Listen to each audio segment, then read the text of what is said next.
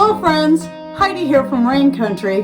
God is good all the time, and I'm here today to talk about 5 reasons for food storage. So I'm just sharing with people reasons why crazy people like us like to have at least 1, 2, 3 or more years worth of food storage put up. And by the way, before I continue, you don't have to have that much. So I know people are limited on space, but I do have a video out that I did a couple years ago on food storage for small spaces that I'll link to down below, where I compiled a few different ideas that might be helpful for those who are trying to put up as much as possible. But remember, even if it's just a week or 2 weeks ahead, that's cool. We all have to do what we can to get us through hard times. And again, it's about just working with what you have, and never feel guilty or that you're less than because you can't do the same as somebody else. But we can all do at least a little bit to put us in a better position. So let's get on to these 5 points. So these are not in any particular order of importance, but the first one is it's a hedge against inflation. So when we're either buying or growing foods, like the green beans here I grow on my own, or catching foods like the salmon here that Patrick caught a few years back and I canned up, or we're buying it locally or otherwise, like these mushrooms I buy from a local mushroom grower, and I'll get a bunch and I'll dehydrate them up so I have plenty on hand. Or like the grains that I don't grow, but I do purchase from Measure Standard and stock up a lot of. No matter what it is, as long as we can get this stuff, especially on sale, or get it now before the prices get even higher, and start putting it up, what we're doing is we're putting away tomorrow's food at today's prices, or even less if you're growing it yourself, or you're buying in bulk, or you're grabbing it when there's a really good deal on it. So it's on a great sale, so you can get a whole bunch at that time, and then just preserving it in some form. And the most common ways of that people preserve, especially now, it'd be dehydrating, canning, and freezing. Some people who can afford to and want to have a freeze dryer, and then there's some old-fashioned methods of salt curing and more. But that's not what this video is about. It's not about the methods. I have lots of videos on that I'll link to a few of those down below. So yes, number 1, a hedge against inflation. So now you've got that. You basically have money put up in the form of food when you do that. And number 2 is that it's a hedge against shortages. Whether you're growing your own or buying from local growers that you depend upon, or you're buying from anywhere else in bulk, anyone who's paying attention to what's happening out there should know that anything can happen to cause food shortages, such as you can see what's happened with eggs. A lot of people were, not only just the cost of eggs have gone up, so that would be inflation, but like locally, and I know in other places, there were just absolute shortages on eggs, or people weren't able to get any, which is one of the reasons I'm really glad we have our own chickens. With all the grains and all the other things happening out there with these, where food is being stored and then to sell, a lot of these places are getting destroyed somehow, or trains carrying the food are derailing. And this has been going on especially for the last couple of years.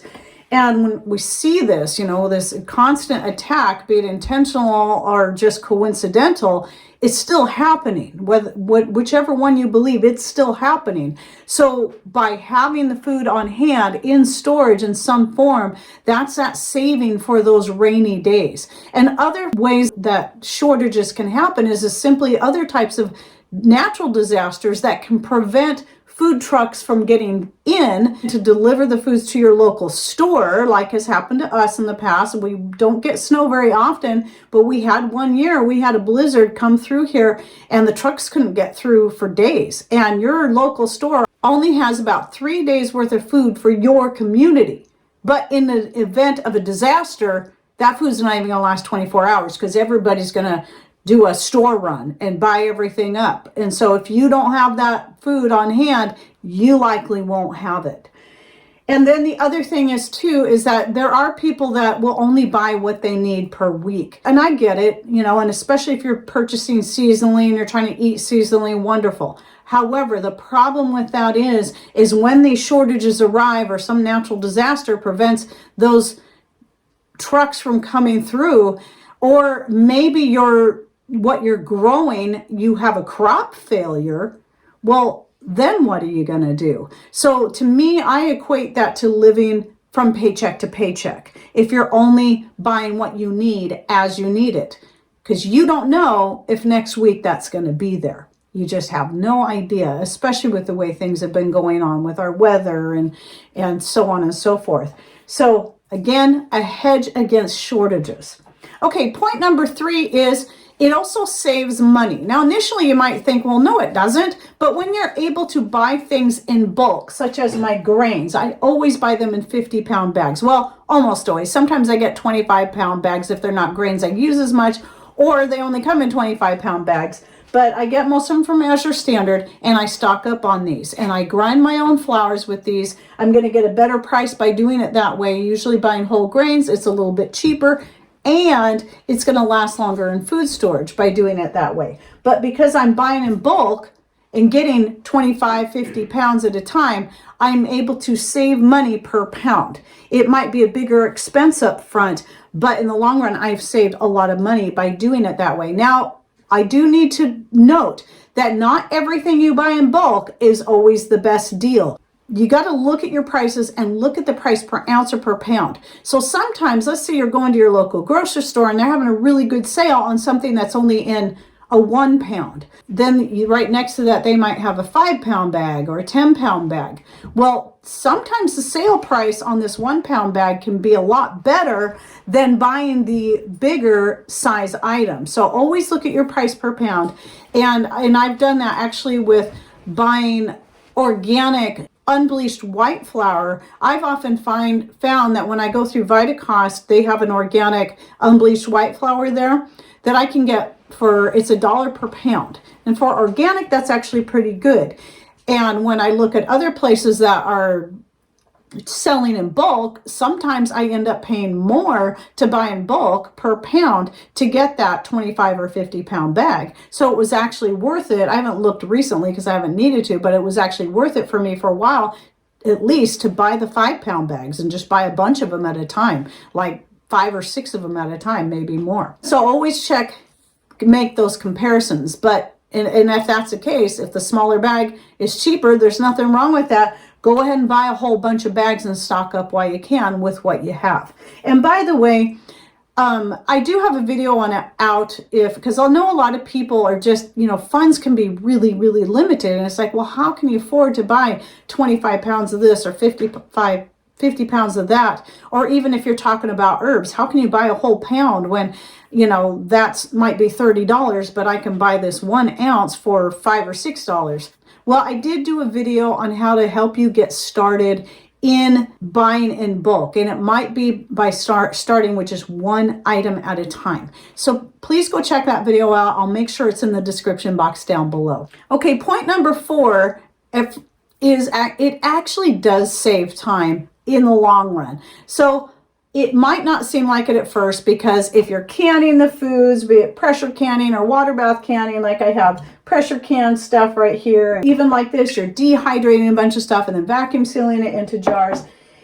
All these things do take time, and you might have to set aside a day or 2 or more to do a whole bunch of a certain item. So during the time of the year where I'm growing the green beans in the summer and they're coming in, yeah, it might take me a day to get everything canned up, but usually it's spread out farther than that. But the thing is, just like with the salmon, this was a big job because we ended up having a lot of it.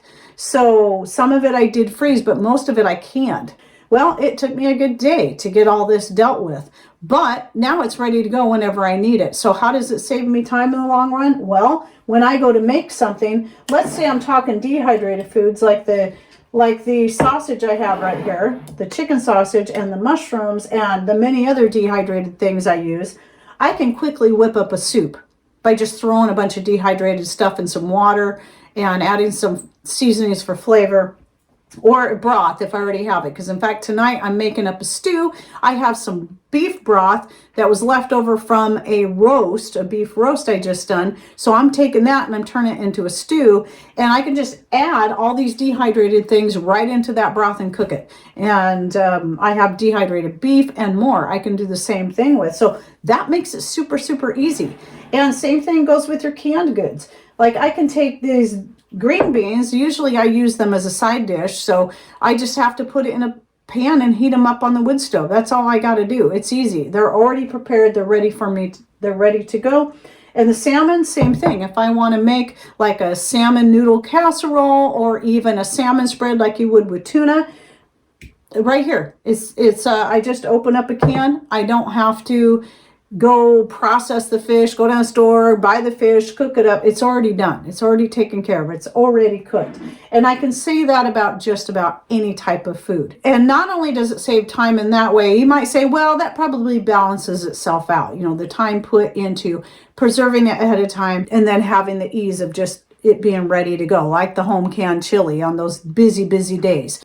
I can just go grab a jar of homemade home canned chili or a jar of homemade home canned soup and heat it up, and there's dinner, and add whatever extras I want to it. But aside from that, yes, there's time that goes into making these things ahead of time. So that might end up balancing itself out, and I can see that. But when you add to the fact that if you're not going to the store every single day or even once or twice a week, like I used to do early on in my marriage, I used to go to the store 2 times a week and buy what we needed for that time. And well, now I got to get in my car, pay the fuel to drive and the time to drive over to the store, then the time to walk around the store and pick out what I need and then pay for it and bring it home. So yes, I think when I add all that time in, and let's not forget when you run into somebody you know and you stand there and you talk for 20 minutes, an hour. Okay, well there's that time too. That's good time. You know, that can be good too. But if you got to, you know, if you're really on a time crunch, I don't have to do that. I don't have to run to the store every day. And I love that. I love that I've cut that whole thing out of my life for the most part. Other than a few things like milk. We do still have to go get milk because we don't have dairy animals.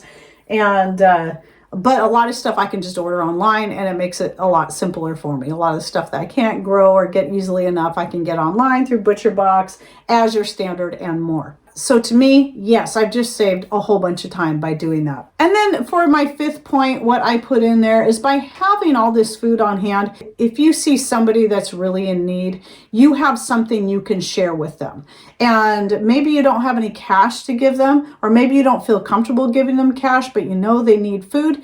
Well, now you've got food you can share. Or if you have company, family, friends, or otherwise that kind of show up unexpected, maybe you're already in the middle of making dinner for just you and your spouse or just yourself, and then you think, hey, I might as well make some for everyone. Now, because you have all this food storage, you can go just grab more stuff out of the food storage and then make a meal to the size that will fit the amount of people that are there. So you're ready for any instance that comes up. They're not always bad things that happen that make us fall back on our food storage. Sometimes it's good things, and sometimes it's benevolent things where we can help others.